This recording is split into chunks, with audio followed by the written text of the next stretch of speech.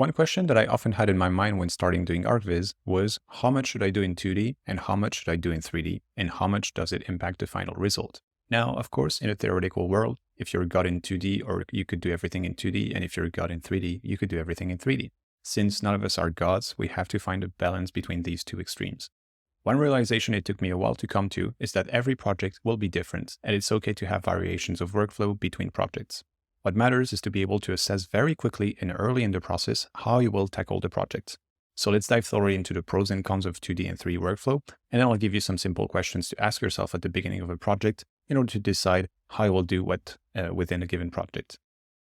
Quick clarifications, but by 2D workflow, it basically involved anything done in the post-production part. So either in software like Photoshop for stills or software like DaVinci for videos. This can range from adding people, adding foliage, tweaking light, tweaking textures, adding color grading, adding optical artifacts to basically having a whole photograph ready for integration and just dropping your 3D model in it. So here is a non-extensive list of little topics. If I ever come up with others, I'll make sure to add them. But overall, you should be able to expand the logic to other topics by yourself. Pros. 2D is just drag and drop and it looks realistic because generally it's a photo. It can keep large areas of render blank if you know you have the asset and can keep your models very lightweight and simple. No rendering time. Minimize rendering time for the base 3D model you'll use. Can quickly iterate. Non-destructive. More artistic freedom because you can make things unrealistic on purpose. Can create variety easily.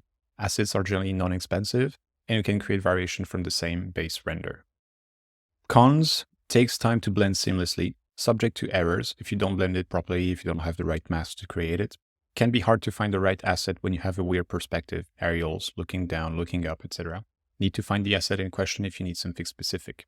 Not really suitable for animations, and need to know how to handle reflections. Now on to 3D workflow. 3D workflow is, on the other hand, the idea of doing the work inside your 3D software and baking the result inside your final render, whether it's a still or an animation. Pros. It's physically accurate, so everything will look realistic and coherent. The shadows, the scale, the reflection, depth of field effect, glare, etc. Good for unconventional views. Can create variety from a single 3D model with grow effects. Minimize the post-production work. Can easily populate, for spark, rate flow, and anima, very large scenes. Consistency in the animation. Easy to put things behind glass. Lighting variations thanks to the implementation of light mix embedded in the raw render file. Cons, no flexibility once rendered. Everything is baked in. Need to re-render for every single scenario or change. Can look unrealistic if poorly modeled as textured. Photographic realism is very hard to achieve. Eat up memory and rendering time. Hard to find you for foreground composition. 3D assets can be very expensive. Hard to get spot-on lights and colors. How to choose? As you can see, both 2D and 3D have a lot of upsides and downsides in different areas, hence why it can look like it's complicated to choose. So how do we choose? Here is a selection of questions you can ask yourself in order to decide what should be done in 2D and what should be done in 3D. Will you have the same elements seen from different angles, and is consistency important? If you have the same space shown from many different angles, having all the assets in 3D will help you to have consistency because they can be rendered from different angles. And as mentioned in the perception part, our brain will understand the space better if it can recognize similar elements under different angles. Finding the same elements in different angles can be very complicated in 2D. Are you doing still images or animations? In the case of animations, it's usually an obligation to have everything done properly in 3D so that you can actually move smoothly through the space. If both 2D and 3D are okay options, which one will you be the most comfortable doing? ArcViz should be an enjoyable job, so when you have the choice, just go down the one you're most comfortable doing. You can also sometimes take the opposite way if you want to learn something new. It's fine too.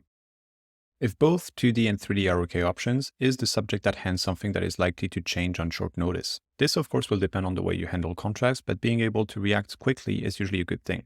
So if you see that something can have a big impact on the image and would be complicated to remove, alter after, try to see if it's just not easier to do it entirely in post. A typical subject that comes to my mind is when you start putting vegetation in front of the main building. It's easier to refine the placement, transparency, and shape of a tree in 2D than it is to do it in 3D. And if you ever want to just remove completely the tree in question, it's just a layer to turn off instead of having to re-render the whole thing. If both 2D and 3D are okay options, which one is the fastest? It's often pointless to spend hours doing an average 3D work of a texture or an asset if you can just do it in 2D. For instance, getting highly realistic asphalt is complicated, especially in old areas where you can see a lot of weathering. On the other hand, dropping a photo of asphalt and blending it in your scene will take only a few minutes. As I mentioned in the introduction, it really is a balance to find between the two options. It's important to realize first that every project will lean more or less towards 2D or 3D, and also more importantly, that you can simply merge the two approaches in order to maximize the benefits and minimize the drawbacks. Just to give you a few examples, you can have a fake tree placed in order to cast realistic shadows, make reflection, but have it not seen so that then you can place a 2D tree with more flexibility. You can have a base asphalt texture on the floor and then overlay one or several photographs of asphalt in order to add more detail and get this higher density look that looks more realistic. You can add people in 3D and use AI tools to rebuild their faces and make them more realistic looking. I'll explain that in a dedicated video later in this diamond. And you can export a seed depth pass in order to get accurate depth information and use it to create depth of field effect in post-production so that you have a realistic effect while retaining the flexibility of turning it on and off and fine-tuning its intensity. You can use the different passes at your disposal, reflection, refraction, specular, in order to rebuild more accurately the type of transparency that you want in your glazing instead of fine-tuning for hours the IOR of your material directly in 3D. You can recreate reflections from scratch instead of having to bother doing it in 3D by simply reworking the reflection pass in post-production and blend it properly into your glass by using a mix of opacity, screen, and overlay blending modes. You can do most of your vegetation in 3D, but do all the foreground in 2D with high-definition cutouts. Basically, keep high-definition photographic assets closer to the camera and go more 3D in the background. Same logic for 3D people if you want, although AI does help us now in making uncanny 3D-looking people look more like photographs. Again, the idea is really about having a thorough understanding of the pros and cons of 2D and 3D, and of your skills in both worlds in order to blend them according to your own skills. And also keep in mind that you can always adjust as you go. You can have a crappy looking 3D lawn at the beginning and change it for the right 2D image later down the road, or have a shitty looking 3D people for a few rounds and change them to 2D after. Just always make sure that the new way of doing is better than the previous one. Back in the days, I used to do most of my images in 2D. This was mostly due to the fact that I sucked at 3D, didn't know how to do most of it, and didn't have the right assets most of the time. For a while after that, I integrated more and more 3D, but so my time spent in 3ds Max increased considerably.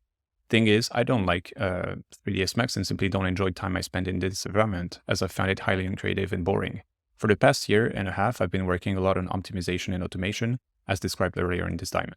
The direct consequence is that I can now do everything that can be done in 3D very quickly and therefore minimize my boredom, spend more time doing more interesting and creative stuff in 3D, and have a clear idea of what to do in 2D.